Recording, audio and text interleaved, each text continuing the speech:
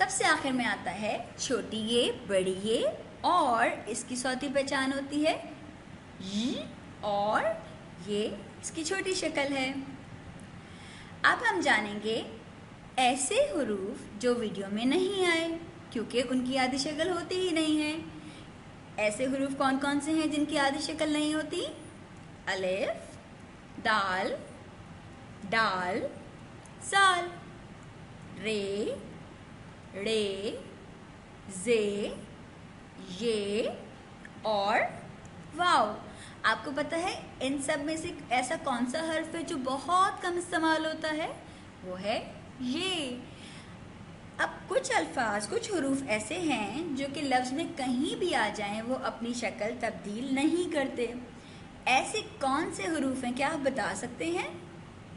چلیے میں بتاتی ہوں۔ وہ حروف ہیں الف، دال، ڈال، زال، یہ، واو۔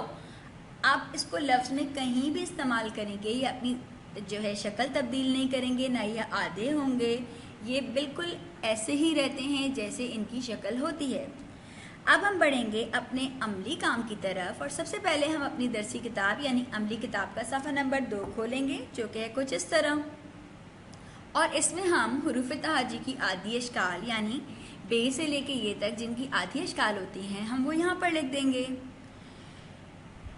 دن 1 کا کام مکمل کرنے کے بعد دوسرے دن ہم اپنے نوٹ بک یا کاپی میں لکھائی کریں گے، اور کاپی میں ہم کیا لکھیں گے؟ ہم لکھیں گے حروف تہجی کی آدھی اشکال جو ہم نے ویڈیو میں بھی دیکھی اور اس کے بعد ہم نے اپنی عملی کتاب میں بھی لکھی۔ اب ہم یہاں پہ بے سے لے کے یہ تک ان کی آدھی اشکال لکھ دیں گے۔ آپ کو پتہ ہے کچھ ایسے الفاظ اور کچھ ایسے حروف ہوتے ہیں کہ جب وہ کسی بھی جگہ لفظ میں آتے ہیں تو وہ لفظ کے لحاظ سے اپنی شکل تبدیل کر لیتے ہیں۔ اب جیسے ہم یہاں بے کی شکل دیکھیں گے، جب ہم بوتل لکھتے ہیں تو وہ کیسی ہوتی ہے، بستہ لکھتے ہیں تو وہ کیسی ہوتی ہے، اور جب ہم بچہ لکھتے ہیں تو اس کی شکل کیسے ہو جاتی ہے۔ اب جیسے بوتل میں آپ کو بے کیسے نظر آ رہا ہے، آدھی شکل نظر آ رہی ہے ایسے، بستہ میں اس کی شکل ایسے ہے، اور بچہ میں اس کی شکل ایسے ہے۔ تو اب ہم جانیں گے اور لکھیں گے کچھ ایسے حروف جن کی شکل لفظ کے اعتبار سے تبدیل ہوتی رہتی ہے۔ اس کے لیے ہم دوبارہ اپنی عملی کتاب کا صفحہ نمبر 3 کھولیں گے، اور یہ ہمارا تیسرے دن کا کام ہے۔ ہم اس میں پڑھیں گے اور لکھیں گے کہ ہمارا بے، پے، تے، ٹے سے نون جب لفظوں میں الگ جگہ استعمال ہوتے ہیں تو اپنی شکل کیسے کر لیتے ہیں۔ اس کے بعد ہم جانیں گے عین، غین، کاف، گاف اور گول والے ہے کی مختلف شکلیں اگر وہ لفظ کے شروع میں آئیں تو وہ کیسی ہوتی ہیں، لفظ کے درمیان میں آئیں اور لفظ کے آخر میں آئیں تو وہ کیسی شکل بنا لیتی ہیں اپنی۔ تو ہم ان شکل کو پہلے پہچانیں گے، پڑھیں گے اور ساتھ ساتھ اس کی لکھائی بھی کریں گے۔ اس کے بعد جب ہمارا لکھائی کا سارا کام ختم ہو جائے گا تو ہم آ جائیں گے اپنے قاعدے کی طرف، اور قاعدے کا ہم چوتھے دن پڑھائی کریں گے صفحہ نمبر 4 کی۔ اور صفحہ نمبر 4 میں کیا ہے؟ حروف کی آدھی اشکال، اور کون کون سی ہیں؟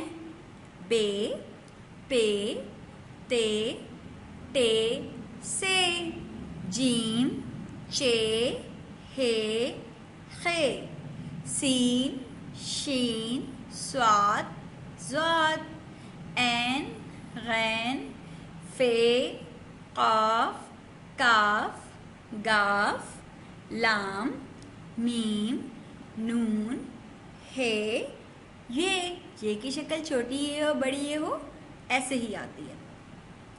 5ویں دن ہم صفحہ نمبر 5 کی پڑھائی کریں گے، اور اس میں ہمیں حروف تہجی اور ان کی آدھی اشکال دی گئی ہیں۔